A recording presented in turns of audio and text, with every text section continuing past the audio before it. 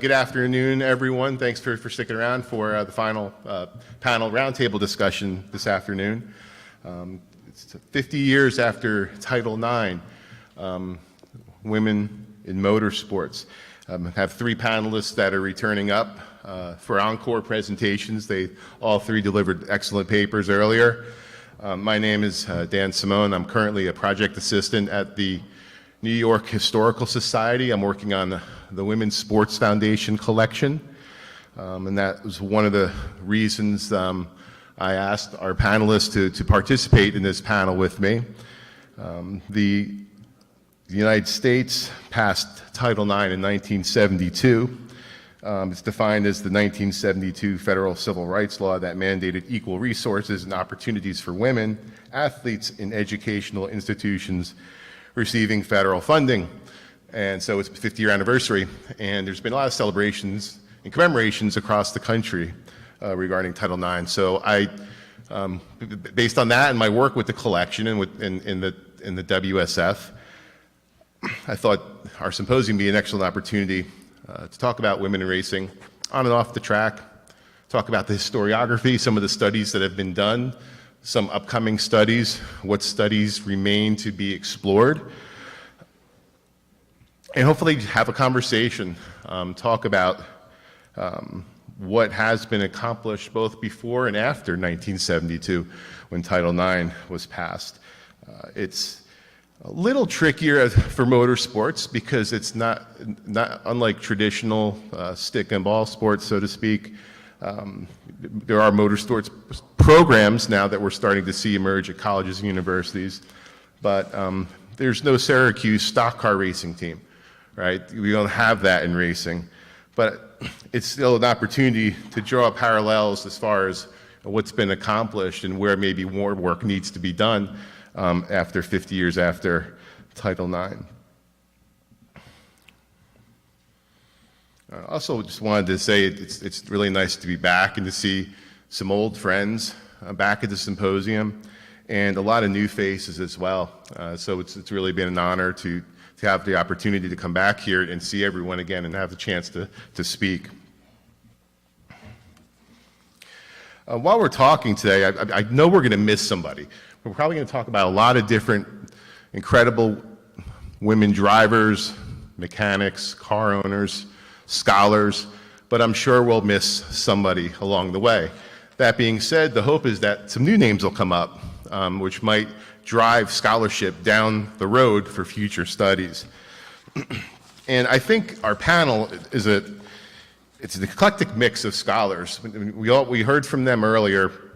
Buzz grew up around NASCAR, grew up around the sport in Daytona. Chris is from Michigan. She worked with the auto industry, with car commercials, and studies autocross, which is a discipline. I think she shed a lot of light on autocross for all of us today. We learned a lot. And then Lauren comes to us. Initially, she was working in Hollywood, working on commercials, and now is working down at the Revs Institute in Naples, Florida, where there's a lot of excellent work being done there, preserving automotive history as well. So I think we have a different mix of opinions, and tied in with myself. I was curator at the NASCAR Hall of Fame from 2016 to 2021. So before my time at the New York Historical, I was working at a racing museum. So I guess the first thing, and I also want to point out, I really would like to have a lot of audience participation for this roundtable, which means the hope is that Bob's going to get his cardio for this final roundtable. I'd like this to be interactive and value audience participation because I think we'll have a stronger roundtable the more points of view we are able to get from the folks out in the crowd. And so first thing I wanted to talk about is historiography. We've come a long way since Mark Howells from Moonshine to Madison Avenue back in the 90s. A lot of racing scholarship has emerged. A lot of great work was actually discussed the last couple of days. Some of these papers have either already appeared in publications or they're going to appear in publications. And so I'd like to ask my co-panelists to talk a little bit about using their respective expertise and their types of motorsports disciplines. And where are we at with historiography? What studies remain to be done, and what historical studies have the three of you found to be most helpful or most insightful? Maybe what's a must-read, for instance? For me, Janet Guthrie's autobiography, Life at Full Throttle, is an absolute must-read. I think it's a fantastic book. It was not ghostwritten. Every time I talk to Janet, she makes sure to mention that. Not only is it a great story about her life, she really puts you at Indy in the late 1970s. You can actually feel the culture of being at the track. And so it's a very well written and fantastic book. So for me, that's one must read. But I'm going to pass it over to Lauren, I guess, since she's closest to me. What are some books that you find useful, or studies that you have found useful, and what's missing? Like, as far as your research, what do you wish that might be out there that we could refer to moving on? So there are definitely, I would say, because I came late to motorsports, and I'm not employed at Revs. I don't represent them in any official capacity. I just spend my Saturdays there volunteering, which has been one of the great pleasures of my life, and introduced me to a whole community of people who are passionate about the preservation of a car as a study of, of history, and of sort of, they call it preserving the future of the past. And it gets me excited because I think there are a lot of untapped resources, shall we say, like, papers, archives, and so forth, that just haven't been digitized yet. They're sitting in boxes somewhere, but they tell the story of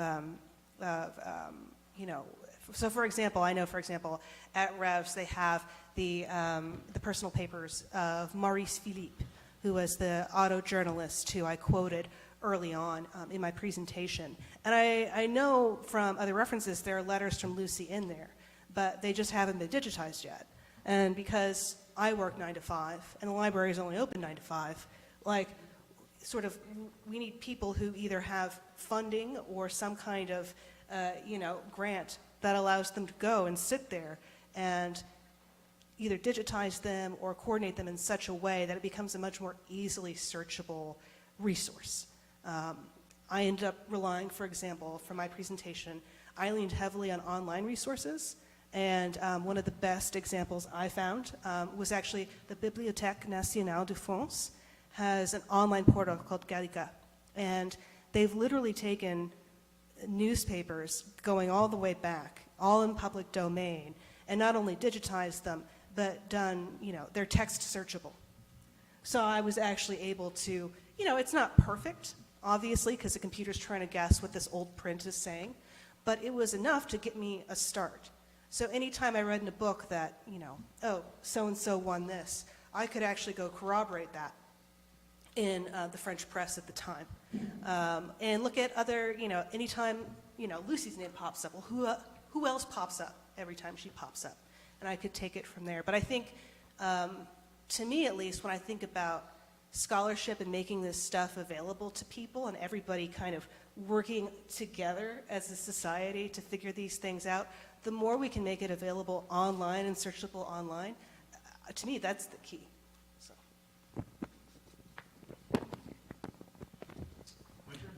Yeah, Buzz, how about in your case,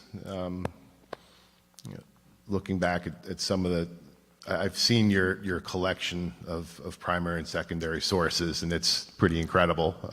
It rivals other libraries in the size of it. Maybe I'd be curious, I think the audience might like to know, some of the publications, periodicals, more specifically magazines, that you've referred to over the years in your research. Have any been more helpful? Have any publications tended to spend more time talking about women participation and excellence in motorsports than others? Just some general thoughts on what you found the most useful in your research over the years. Sure. Well, one of my prime sources is the old Stock Car Racing magazine, and they started in May of '66. And as early as 1973, they had a monthly issue dedicated to women. Trophy queens, race drivers, car owners, all that. And I thought that was pretty neat. That was, really early for that sort of thing. But Stock Car Racing Magazine, even today, is very timely if you want to go back and do research. And Speed Sport News was another one too. If you go back, it's good to see the items that are written about at the time, and it's not like the event is filtered down through the years through other writers. So you get a hold of a Speed Sport News or a Grand National Scene or something like that. That's really important. A book came out about 10 years ago called Driving with the Devil, and to me that was the most fantastic book. I had the good fortune of doing the narrated version of it, but Neil Thompson did a beautiful job. He wrote about stock car racing from about the mid-30s through the founding of NASCAR, and it's something that had never been written before.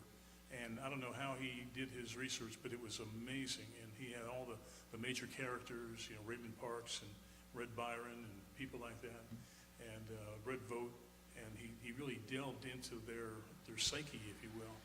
And a lot of his stories I used on my presentation today about the moonshine, and it gives you the whole history of moonshine and where it came from and how it developed, going all the way back to the Phoenicians back in the old days. They weren't even race drivers, but yeah, when that came out, that was a great book, and that was the last piece of the puzzle as far as the story of early days of racing goes. And I'm still waiting for like a biography on Red Byron, who was a disabled World War II veteran who only had the use of one leg, and he won the NASCAR champions, the first 2 NASCAR championships with only the use of one leg. That was pretty amazing. And I'm always looking for new stuff. There's some new things that Joe brought that I'm really tantalized over, especially the Bobby Marshman book, who was one of my heroes when I was a kid. And so it's nice that they're still bringing out new stuff like that hasn't been done yet. And so I'm always looking for something else. Thanks, Buzz. And Chris, you're a pioneer as far as scholarship dealing with women in autocross. I saw your CV, and you've researched the topic a lot, and you studied it a great deal. Are there other studies on autocross that we should keep an eye out for if we want to learn more about it, and then more specifically how autocross is applied to women? Because I know, going back to Janet Guthrie, she did compete in autocross way back in the 1970s when she was running SCCA before she was moving on to IndyCar and NASCAR. Just talk a little bit about the scholarship as far as autocross, because again, I think it's safe to say some of us we learned a lot from your presentation about the specifics and that type of competition. Well, I haven't found a whole lot of scholarship on women in motorsports. I think there's a handful of articles, less than 5, that talk about women who have participated in motorsports. There's one that just came out, I think last year, that where they interview women. It's qualitative. They interview women who are currently professional race car drivers. And I skimmed through it, and they reach a lot of the same conclusions that I do in terms of how women got into it, how they're treated, etc. In terms of my own scholarship, I haven't done a lot of motorsports. I'm just starting this, and then I did a chapter in a book in which I looked at. I was given the assignment of just do an article on women in motorsports. Well, it's a little broad for somebody who knew nothing about it. So I concentrated on women-only racing, sort of the history of women-only racing, because this is how most of the women got started, whether it was powder puffed, whether it was women's racing teams or women's racing series.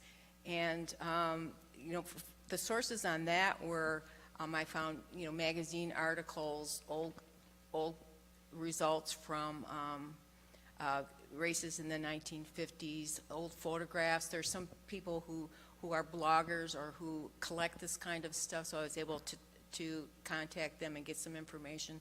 But there's really not a whole lot in terms of there's books about individual racers, women who have, like Janet Guthrie and Lynn St. James and Denise McCluggage, who achieved great things, but that's different than scholarship that sort of looks at women in motorsports as a group rather than just an individual. Yeah, I'd like to maybe extend this question to the audience. We had some good examples from the panel. What are some other good studies or examples of historiography of women in racing that we should be aware of, that we should refer to, and what also can help us delve deeper moving forward into putting together more studies about women in racing, both on and off the track? And I see we have a few hands, so Bob's going to walk around and with the microphone.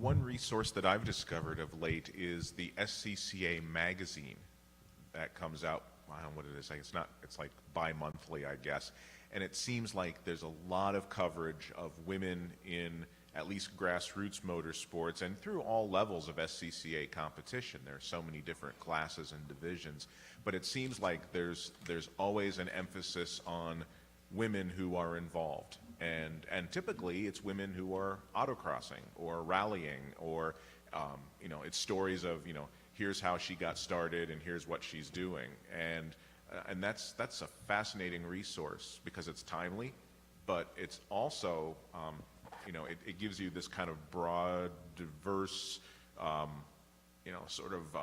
really kind of a very wide open look at all the different ways that women can get involved in racing, from timing and scoring at an event, which leads to autocross, which leads to rallying, and the stories are fascinating, and it's a really nice resource. Approach, so most of the drivers are from Europe, but it had some very fascinating stories about some very eclectic characters who were racing back then, female racers, though I don't think they mentioned Shell. Again, going back to that idea that she gets... Oh, she is in there? It's been a while since I read it. It's written by a French author who there's no way I'm going to attempt to pronounce that name.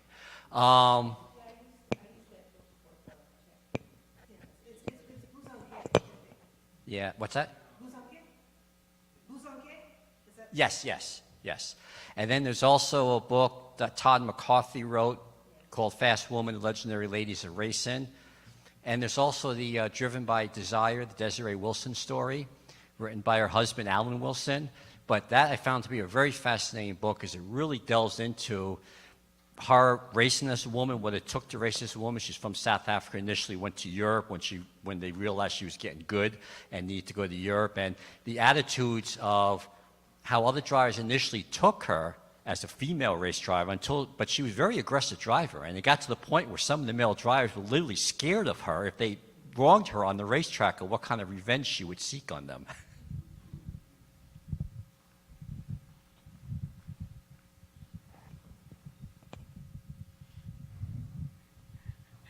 He's mentioned probably about 95% of the books on the historiography list that you can come up with.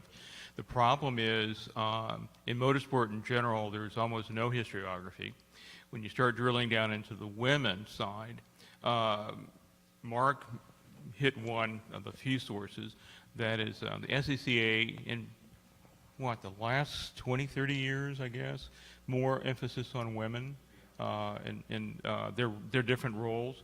If you go back to Buzz's Lane, why aren't there, if I were to, I just did a historiography on the origin of stock car racing, and it could have gone on if I had just taken the whole thing, probably about 500 pages. And most of it's whining about why we don't have certain topics covered.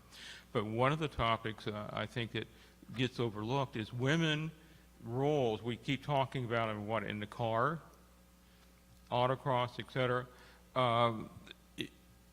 USAC had a female car owner of the championship car, and she couldn't go into the pits. Same thing, and this is the sort of thing. But if you start taking that look, historiography speaking, there is very little about, there is some, true, but there's not a lot about the role of women as track owners and track operators. What about all the scoring and administrative roles that go on? Those are just sort of assumed. It's one of those blinding flashes of the obvious to everyone, and that they're just there. Without that infrastructure, and there's been so little work on it, and I kept looking and looking and looking, and of course I'm too lazy to write about it at this point in my life, but the point is there is this role of females, of women, from top to bottom, as age span, that really have played an enormous role in motorsport, particularly in the United States, Australia and New Zealand as well, very similar situation. Europe, kind of a mixed bag when I started looking at it, but it is a wide open field to look into this other aspect. I mean, there's about, I don't know, I tried to count the number of biographies of Danica, and I think I got to somewhere around 35, if that few.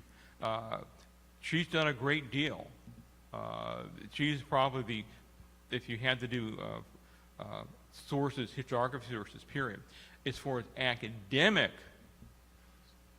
sources, the word zilch, it comes easily to my lips, because when I started looking through articles, when I started going through JSTOR and all those other sources, I mean, it was a desert, and you know exactly how this is, Chris.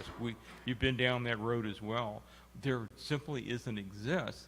And even the books that you mentioned, there's no citations. There's no bibliography, so you don't know where he got his information from. So it's, you know, they're all named fast women, but when I'm using these books, but I'm thinking, how do I know that what he's saying is true? Because he had no proof.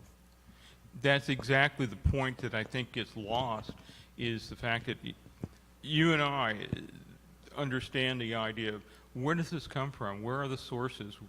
All these books, Fast Women, Fast Ladies, are nice stories, but what is where are the footnotes? I will take transcripts, etc., but you take those with a grain of salt after a point. Not to say that motorsport has a bad reputation on this or exaggeration. I know Buzz knows that everything that he's been told is true over the years, without fail. The same thing with Dan. But really, it is a good question that we don't have a good answer for, as far as that goes, as far as I'm concerned. I know Buzz has got an enormous resource of material, and I think if you went back through it, it would be very spotty, I would say. You're right about Stock Car Racing Magazine. There was a couple of issues, but that didn't last long, if I recall. Stock car? Yeah. Yeah, it came out in '66 and Yeah, lasted till about, I don't know, probably 2010 maybe? Yeah, it kind of changed hands a couple times, yeah, and the editorial content changed as well. Yes. Well, I was just, that's exactly what I found. Is I'm somewhat new to the research, trying to figure out, looking at Lucy specifically, and really I was looking at these books that focus on women as drivers, and they focus on these hero stories, which are great. And in terms of a filmmaker, great, I can focus on that. But then when I was trying to say, but as you were saying, a lot of the books I found either had no citations at all, or were really kind of a collection that was almost personal, and which are great resources. But then when you're trying to figure out, okay, but where was she on that date? But where did she actually go? What did, who was actually there at that race that day? And specifically, Lucy's work as a team owner in principle, was unprecedented. But there were a lot of women around, but how do we find out where they were at every level? Not just the hero stories, but, taking a look at, say, like what percentage of entrants were women. I couldn't find that. I didn't know. I could kind of guess just from looking at all the names. But I found that either I was looking at books that were kind of stories about women without a lot of citation, or I was looking at books about Delahaye that just left Lucy out. And I don't know why they did.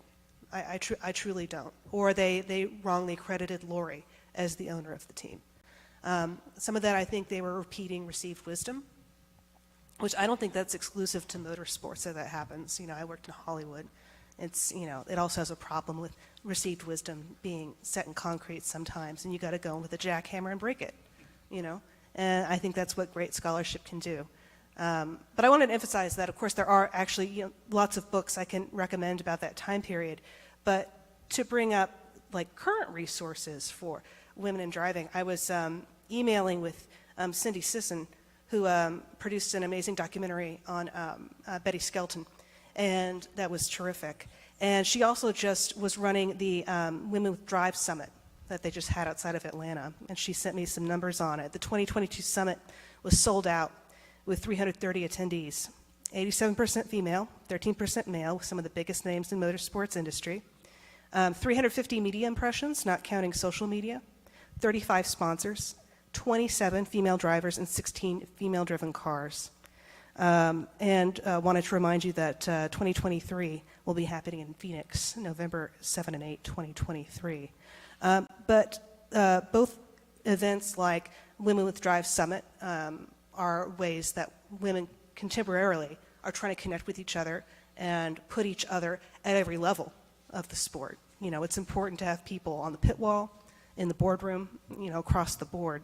And there's also, there was recently a summit on women in motorsports at the, I've forgotten the name of the place, but a Hall of Fame of some sort, the Automotive Hall of Fame. Thank you. Okay, you were there. I was there online, and that's where we watched the movie. But they talk about Women in Motorsports NA.org, which stands for Women in Motorsports North America, which is, they're trying to make this portal where any young woman interested in motorsports goes there to learn about what kind of jobs are available. Like, what should I be looking to do if this is something that interests me?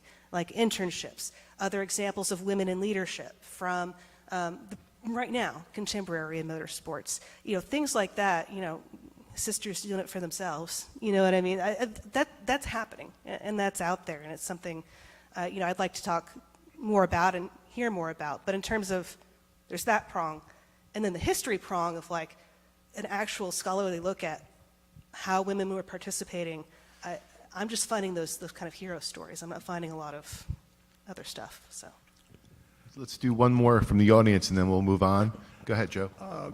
I'd just like to say, well, two comments. One lack of a proper documentation of women in motorsports certainly is in American oval racing. The reality is that there have been many women who have entered cars, who've, and I mean, one of course the most prominent was, oh boy, gonna blank on the name now, come on. She was the chairman of the Indianapolis Motor Speedway board, and she... Mary Holman George? Yes, Mary Holman George owned and ran a car for many, many years. So there is that whole history, and there were a lot of women like her who had a role in American oval track racing. But to change the subject a little, I think one of the issues and the problems that arises with women in motorsports is that now, particularly, but in the past as well, the ladder system, that is the system in which people move up through in the competitive world, is a tough one. I think that if a young woman came to me and said, I want to be a race car driver, I think the first thing I'd tell her is get into karts. If she's young, learn how to drive a go-kart, get in there, and there's excellent competition. It's relatively safe. It can be very fast, but it's one way, a step to move up. Another aspect which has not been covered, but again is there, and I mean, I know several really well-accomplished women who are in vintage racing. who own and drive vintage racing cars and who drive them very well. There's Mrs. McNeil, who owned a GTO, very well known. She raced that car as though, I mean, they're $50 million cars. She raced it as though it was a $10,000 car. She drove the wheels off that thing, and a very good driver. So, and I think it would be kind of interesting to do an article on her and several other women that I know who've done very well in vintage racing. So those things are, not only are there opportunities in vintage racing, but also there is a history, as I say, in American oval racing, in much more in terms of entry and ownership, but in opportunity in go-karts and in vintage racing. Those are the comments I'd have for both young women and scholars relative to searching for the participation and the importance of women in motorsport. Okay, thank you. Thanks to everyone. And this is exactly why I hesitated to put together pages and pages upon pages of notes and potential topics, because just now I came up with 7 different directions we can take this conversation, and I'm sure there are more. So thanks to everyone. Let's see, where should I start? Okay. Oh, okay. We have online participation as well. All right. Darren says, just to note that on Tuesday, Latasha Causey was named track president of Phoenix Raceway and is the first ever female African-American track president in NASCAR history and the second woman to hold the position at Phoenix Raceway. Thank you. Yeah, championship weekend as well, as Buzz had just mentioned. So thanks to our online participant for bringing up that important and monumental tidbit of information. I'd like to ask my panel, but maybe ask the audience this as well. We were talking about sources, and one is in many instances when some of these hero books, pioneer type books are written. They're fantastic stories. They're inspiring stories, but often they're autobiographical in nature, and so they're not cited. There really aren't any footnotes associated with these personal stories that are being told.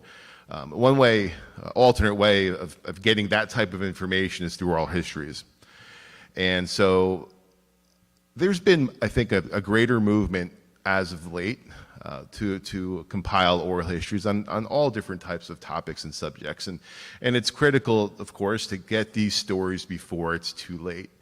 So I'm asking the audience and the panel as well, is there an automotive library or a collection or a museum or a Hall of Fame or even an individual that has conducted an extensive number of oral histories with some of these well-known and maybe close to forgotten women participants in all different types of motorsports, because those we can use as primary sources.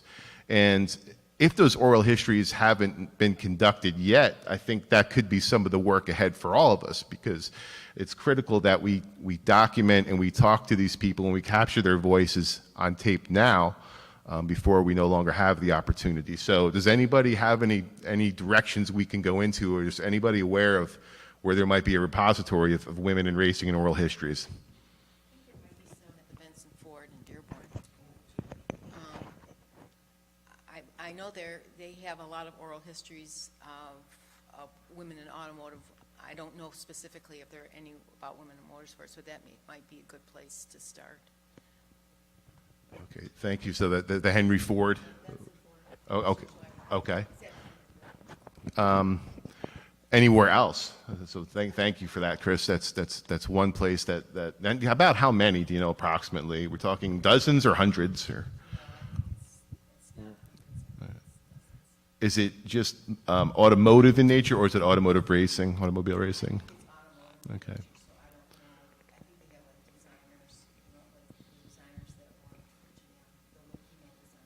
Okay.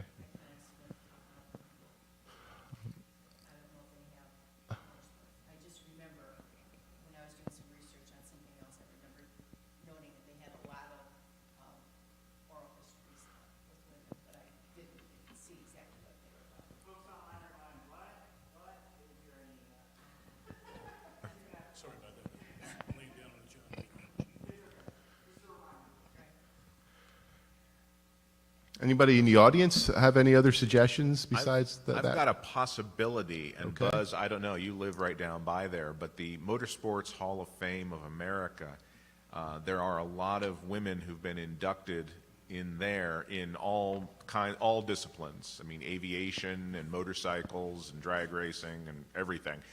And I'm not sure, but I'm thinking there might be some oral history there, because I think George Levy is one of those guys who tries to collect anything and everything, and I think that's a possibility as a place to go and find some primary source material. Yeah, I think if not, I think George would be the type of person that would want to pursue such a project. There's no question about it. Right. Yeah, for sure. I'll check into that, Mark. What about here at the center? Have there been some that have been conducted over the years? With some of the guest speakers that have spoken here at the research center? Have any of them been recorded by any chance? So I'm just asking some of the staff that are in the audience.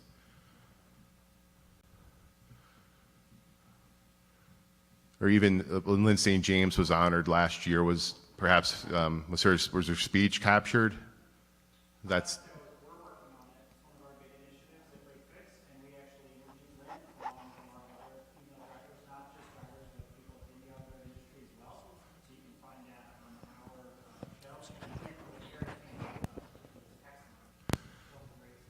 Since she was interviewed at the Automotive Hall of Fame event, so she was on. She was zoomed in, but she was talking. So that's recorded somewhere.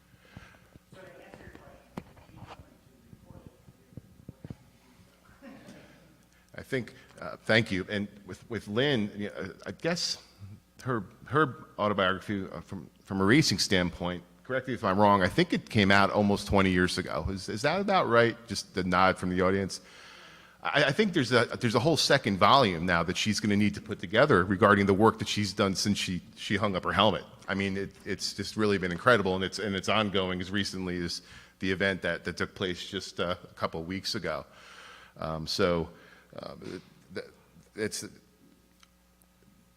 in Lynn's case, you have that biographical story that's already been published. We can look at racing in the 80s and 90s through that lens, through her lens. But now, if she decides to, or if she continues to give interviews, can now look at historiography-wise, what she's been able to accomplish off the track ever since she retired as a racer. And Mike has a hand up. Yeah. Go ahead, Mike. Yeah, just to go back to the original question of where are some of the repositories and such, just thinking about one of yesterday's presentations, podcasting came to mind. So just a cursory search online of women in motorsport podcasts, a number of different ones come up. One on Spotify, Females in Motorsport.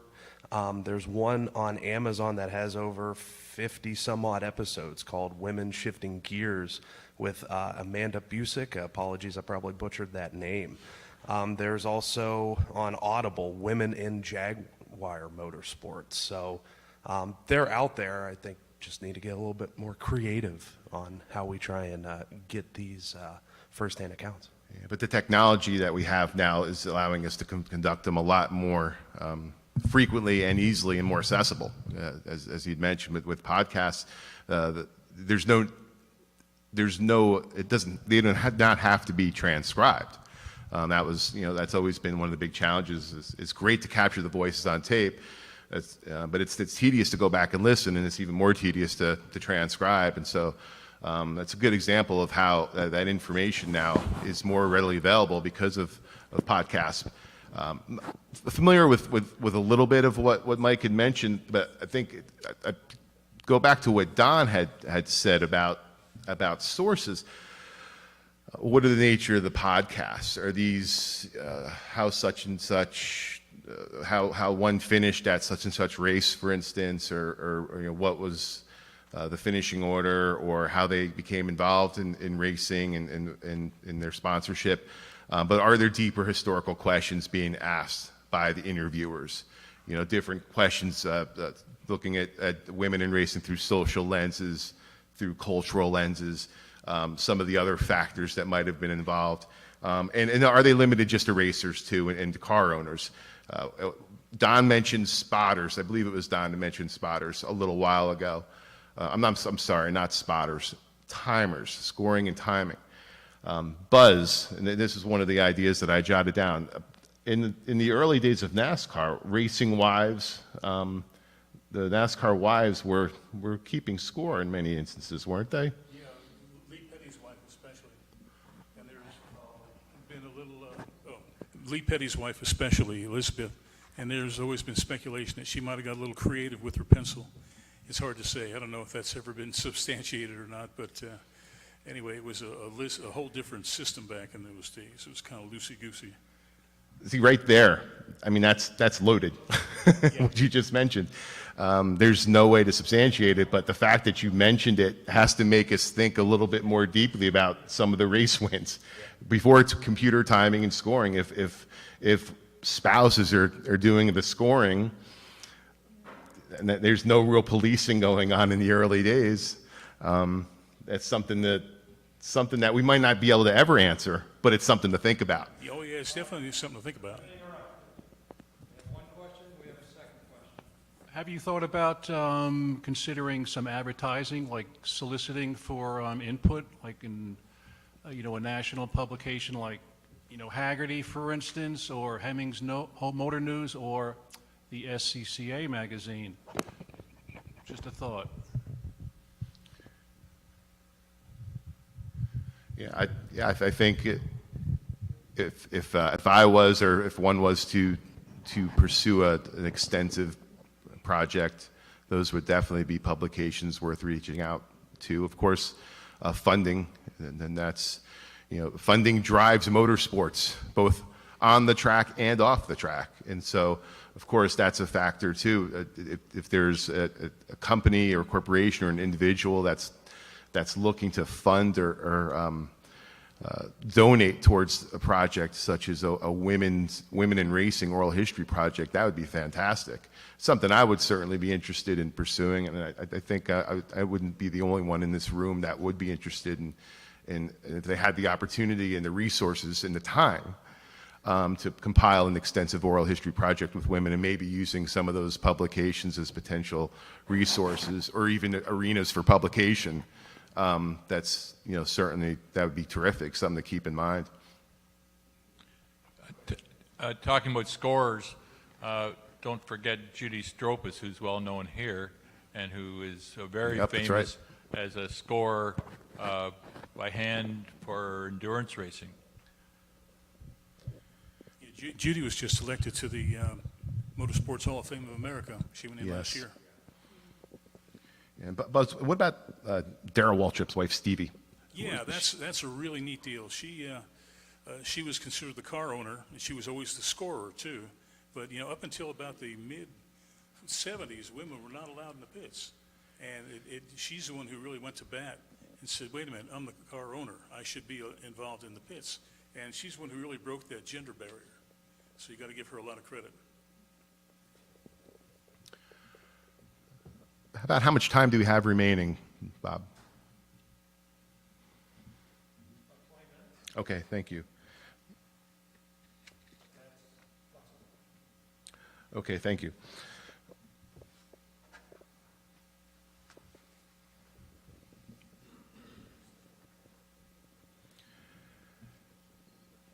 There's also the question of just how deeply we should dive, but how broad can we extend our research? How far beyond on and off the track we can extend our studies, and who do we need to speak with, or who has stories that that do fit into what we're trying to learn as we try to learn more about racing history. I was talking to a colleague about this roundtable a couple of days ago, and the colleague mentioned Linda Vaughn, and I said, yeah, I think by all means, Linda Vaughn, she has been involved with motorsports for decades, and rather recently, it gives me an opportunity again to refer to Buzz about a Linda Vaughn story from not too long ago on your radio show, I believe it was, or down in Daytona, just how well known she is and how well connected she is with motorsports and how far back her association with racing goes. Yeah, she goes back to about 1960, 61. She was just a mere child, and she was Miss Pontiac and Miss Firebird and Miss Hearst Golden Shifter and all that sort of thing. She's got a whale of a biography out. Came out a couple of years ago, and it's really, really good. And it's amazing to see the breadth of her career and the people that she was associated with.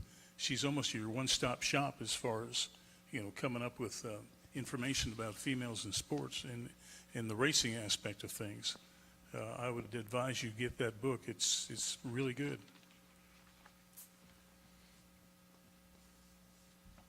I asked my other two co-panelists, are there any examples of women not maybe involved in racing or engineering or ownership, but still have a story to tell that we might learn racing history through their stories?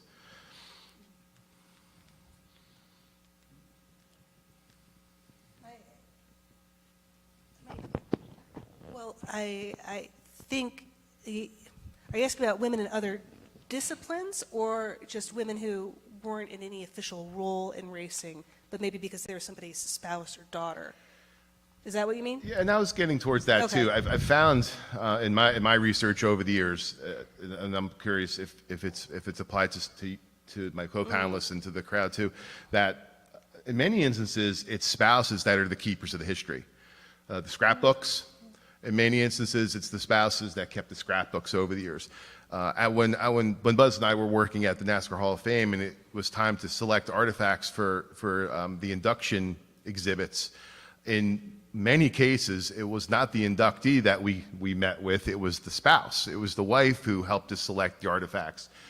So that's one example of we've been able to gain a lot of knowledge. We've been able to learn a lot from hearing the stories from wives of competitors, not just racers, but engineers, because they've often been keepers of the histories, and they're the ones that have kept those primary sources. A great example is Frances Flock kept an incredible collection of newspaper clippings from the 40s and 50s. And not only did she amass an incredible collection, for just the size of it, it was preserved very well. And so, she passed away a couple years ago, but now those early days of NASCAR and those pre-NASCAR days that Buzz alluded to a little while ago, where there really is not a great deal of information, never mind a lot of cited information. Frances Flock is one of those racing wives who really did us a great service by keeping such a great record of not just her husband's career, but also what was going on in NASCAR and in motorsports in those early days. When I was doing the research for the book chapter, I came across there were some columns in a magazine. I don't know if it was Open Wheel or another one, but it was Tales from Racing Wives. And they had a regular feature where women would tell what it was like to be married to a guy who raced cars. So that might be a source for something. It's an interesting aspect. Yeah, because the wives, to hear their stories, especially the wives of the 50s. Marshall Teague's wife, Mitzi, told us a story. Marshall ran Indianapolis twice. He was later killed at Daytona testing an Indy car. But she said that every May, all the women, all the wives, would sit down in the first turn in a separate little section, and they drink every day because they knew that one of them was going to come home a widow, and they didn't know which one whose turn it was going to be. This is back in the mid-50s. And she said that was just the nature of the sport, and they were killing guys left and right back in those days. So it's really unfortunate. But Fireball Roberts' wife told the story about how one time they went duck hunting, and Fireball's retriever was sick, so she had to be the retriever. She went out and went duck hunting with them, and she was the one who had to go out and bring the ducks back in. So some of these women would do anything for their husbands. I'll just mention here that because I was really focused on the interwar period, most of the people who experienced it firsthand are dead. And so I don't, I will say that I know that Lucy Schell there was Harry, and then there was another son, Philip. And Philip kind of functioned as a historian for a while. I know he was a source for some information for some of these books that had no citations, but I haven't been able to find any personal papers or writings he may have had. So if anyone finds them, I'll give you my card, please, and send it along, because I'd like to see it. Yeah, how about in the audience? Mark has his hand up. I have a question that kind of cycles back around to when we're talking about Linda Vaughn. You know, Linda has a career in motorsports, a lot of connections, but she was primarily known as Miss Her Shifter, you know, Miss Firebird. I'm wondering about that aspect of women in motorsports. You know, the trophy queen kind of a model. You know, the Union 76 race stoppers, Miss Winston. You know, Miss Sprint Cup. You know, all of that whole lineage who worked as corporate spokespeople and sort of a trophy queen. You know, I remember Miss Winston going around working on teams, and she'd come to the hauler with a big duffel bag full of Winston products, and she'd stop and she'd say, "What do you want?" And I didn't smoke or anything, but the guys on the team would say, "I need a sleeve of chew, you know, or snuff, and I need a pack of cigarettes." But then, so they were marketing the product, but then they would also stop and they'd talk and they'd ask questions about how's the team, you know, any newsworthy material that you want us to know about. But then on Sunday they'd stand there and smile and hug the driver, and there's that kind of liminal space of that trophy queen, beauty queen, whatever you want to call them. But then they also have that corporate connection. And I'm just wondering if Unical would have records, if Winston has records, or R.J. Reynolds, if you could go back and look at that in terms of that aspect of women in motorsports. It's not competition, but it is still marketing and publicity and media relations, that's what keeps the wheels turning. So That's right. Just a thought, but.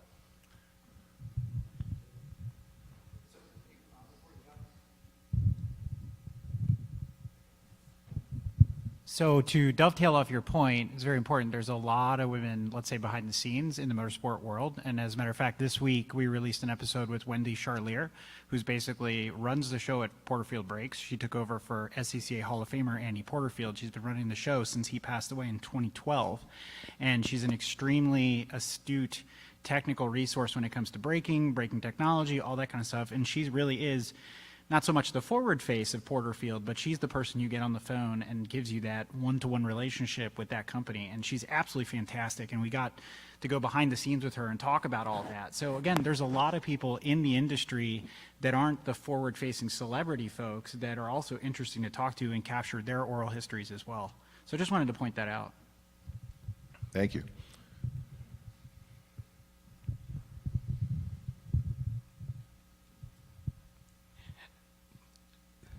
Mark kind of stole some of what I was going to say, but basically, to answer your question, one of the things that I would suggest, you almost have to do a mind sweep. You basically have to go back to zero.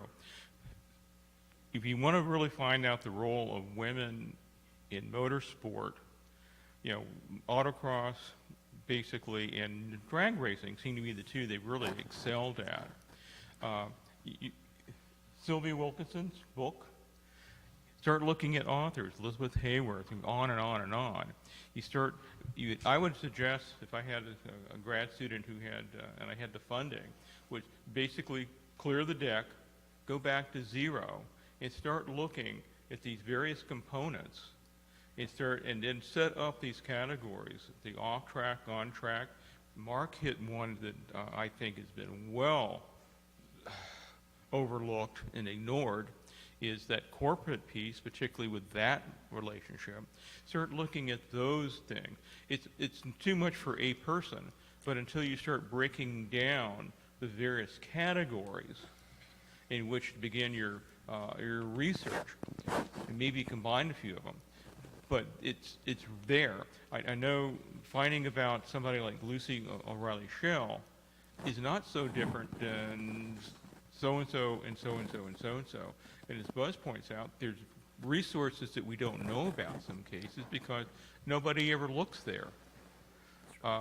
The Appalachian State University Belk Laboratory, library, it's got, Suzanne Wise's collection of stuff. There's all kinds, not just stock car racing, I found out. A lot of stuff. You got Revs, you got the research center here, but unless you start doing that, what are the categories, the authors? We haven't even talked about really authors that much as a separate category. There's a whole list of those people. And not just fact, what about all this fiction? Most of it seems to be written by females or using a female name for some reason. So there's a lot of places that, I mean, it's almost overwhelming, to be perfectly honest, when you start digging it back. And here it is 50 years later, and we still are asking all these basic research questions about where it's coming from. So, anyway. But that's true in anything that has to do with women in automobiles. There has been basically nothing written. There are a couple of historians that have approached it. I've tried to look at the cultural aspect of women's involvement in car culture in various locations, but it's such a wide open topic. There's so many routes you can take.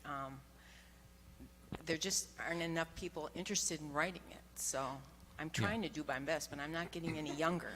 So I like, it's just not motorsports. It's women in automotive history in total.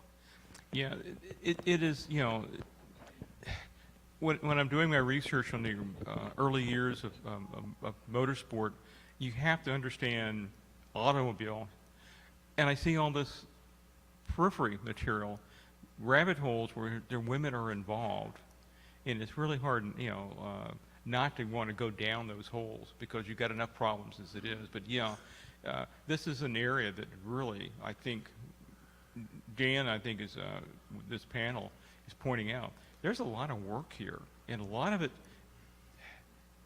is just it's just the grunt work of digging and digging. Some of the stuff on the surface, I think we have a fairly decent handle on. I mean, somebody didn't just come out of the blue. So there's that. And then there's also, we don't do literature searches now, Mike, we do what, media searches? So that opens up that whole world of research that we probably have not tapped into at all to any extent. So that's my story, and I'm sticking to it, Dan. So,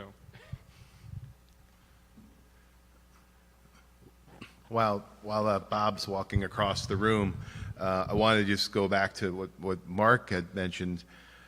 Yes, Reynolds and Unocal had numerous photos, publicity photos of their women marketing their models and such.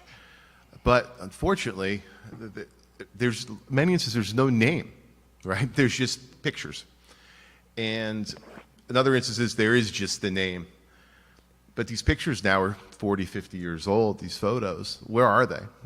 Many have probably passed on. And it's just another reminder, I guess, of how we all, Don likes to mention how we all have a lot of work to do, and that's one reason why we're all here. There's a few reasons why we're all here, and that's one is we're doing that work, and we're talking about our work, and we're looking forward to new work down the line.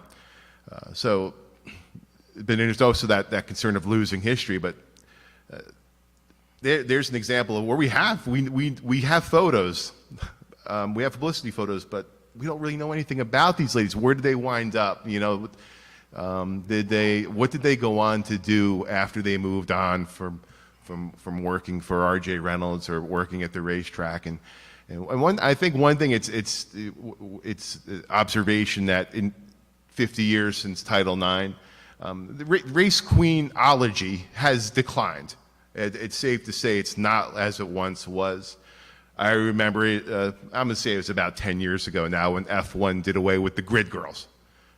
So, that's something that the next generation, I think there's going to be even significantly less of race queen culture. And so scholars down the road, the next generation, that they're going to have that task of, well, this is how races, this is what happened after somebody won a race. Wendell Scott in 1963 in Jacksonville, what happened with the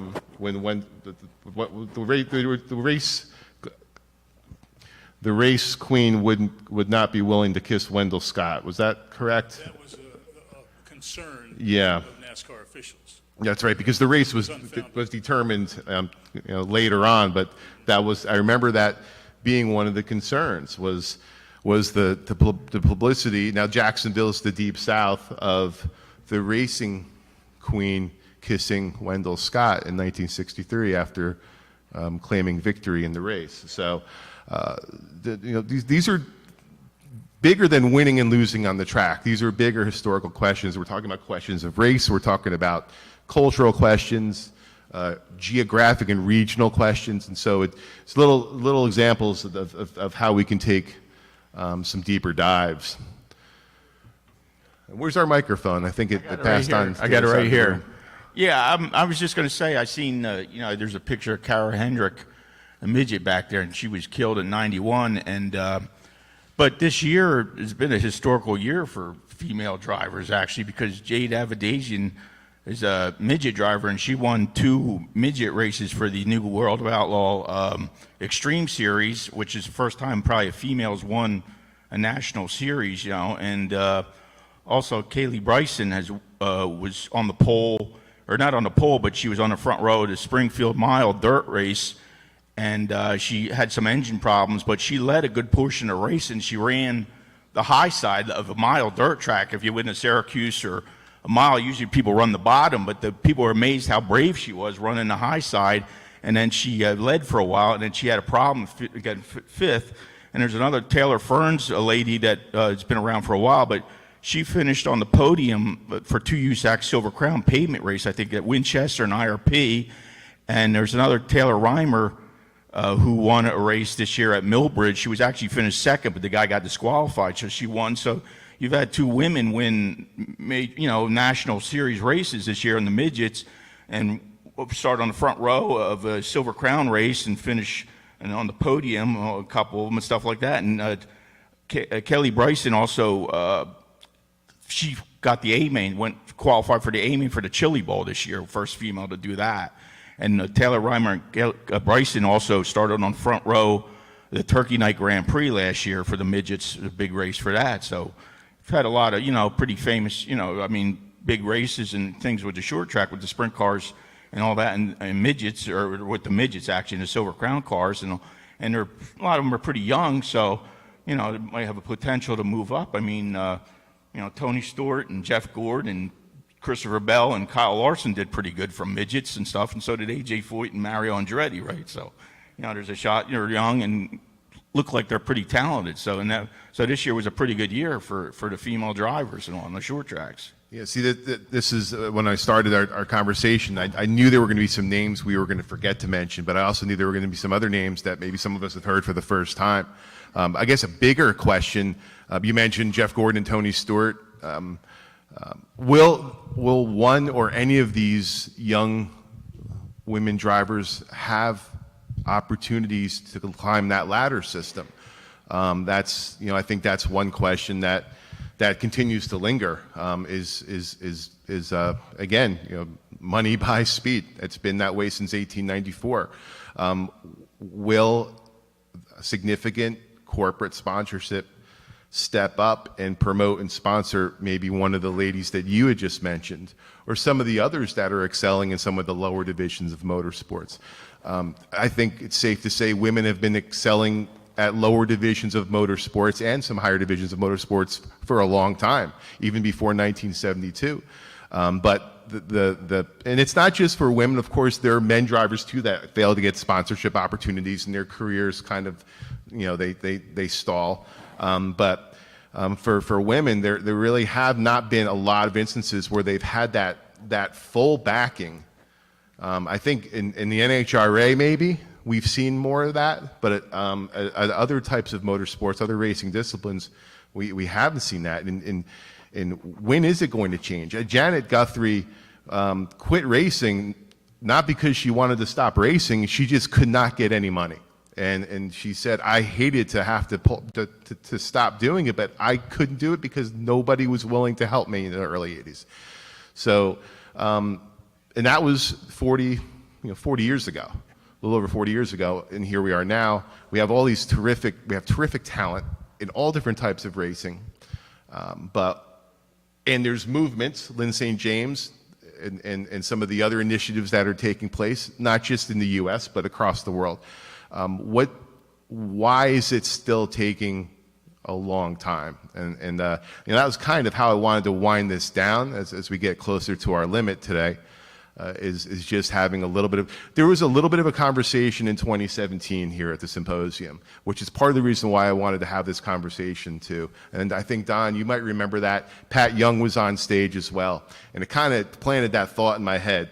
What's it going to take as we move forward, looking at the next 50 years, for that breakout, that big breakthrough? We've seen it in the NHRA, we've seen it in land speed records, we've seen it in other types of racing, but what about in NASCAR? What about in IndyCar? What about in F1?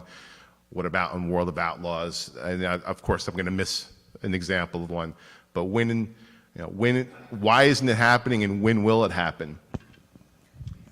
Yeah, I'd like to go back. It's been mentioned a couple times. I know Lauren mentioned it. I know Don mentioned it, about books being written and then not being adequately footnoted to be able to retrace the steps of the author of that book. But I recall several years ago when Beverly Ray Kime, the author, passed away, they were looking for some place that would accept her notes so that would not be lost. And nobody wants it.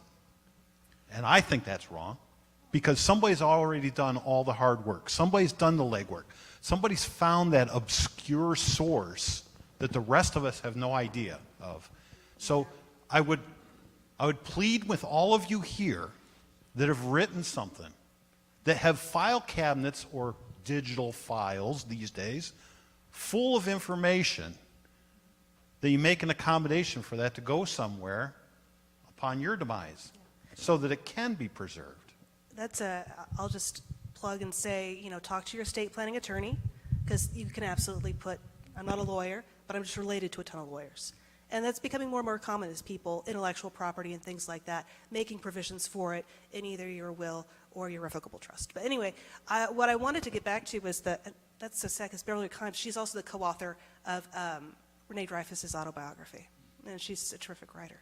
But back to your question about why things still aren't, I've been thinking a lot about this, because I love Formula One, but I'm also willing to admit it has a lot of problems. I come from a Hollywood background, and it's a lot of the same problems that Hollywood has, and I see it there. And so when we talk about how competitive and crazy it is now, even Lewis Hamilton says nobody can do what he did, which was he and his dad built a go-kart and started succeeding. Nowadays, kids need tens of thousands of dollars to get onto a karting team. They can't just show up with one they built. It starts professional and it starts young.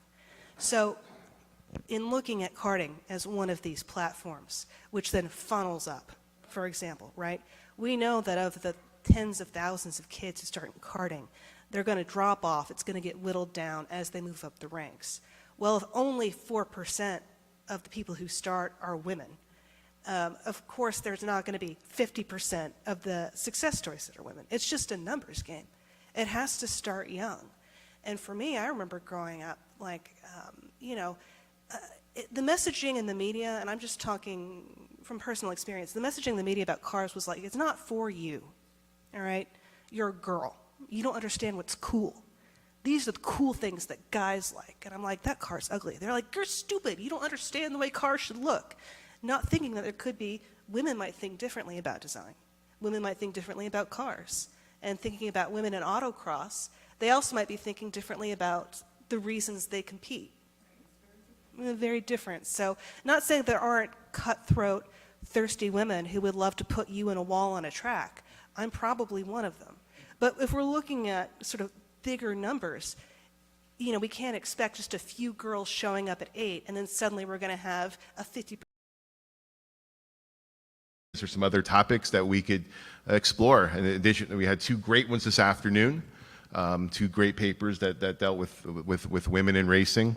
And so hopefully this conversation was not only we enjoyed this, but hopefully it'll be beneficial in the future. And then in closing with this, just this idea, as we think big picture, as we think about the next generation and the generation after that, as we get older, and thinking about our children and grandchildren who are now, they're going to be responsible for keeping the history. And getting the younger generations involved is become a challenge. I think a lot of us would agree on that. It's nice to see a lot of younger scholars participating today. But how does International Motor Racing Research Center and Women's Motorsports Hall of Fame sound, say maybe in 2042? Maybe this would be the place that, now, most halls of fame honor both men and women, but the Women's Basketball Hall of Fame in Knoxville, Tennessee is one of the most amazing halls of fame I've ever been to. It was incredible. So I think that's really, someday, if there is a standalone women's motorsport or International Women's Motorsports Hall of Fame, that would be pretty cool. And so I'm going to close with that, and I want to thank everybody for their participation, not just for the panel, but for the entire event. So thanks to everyone.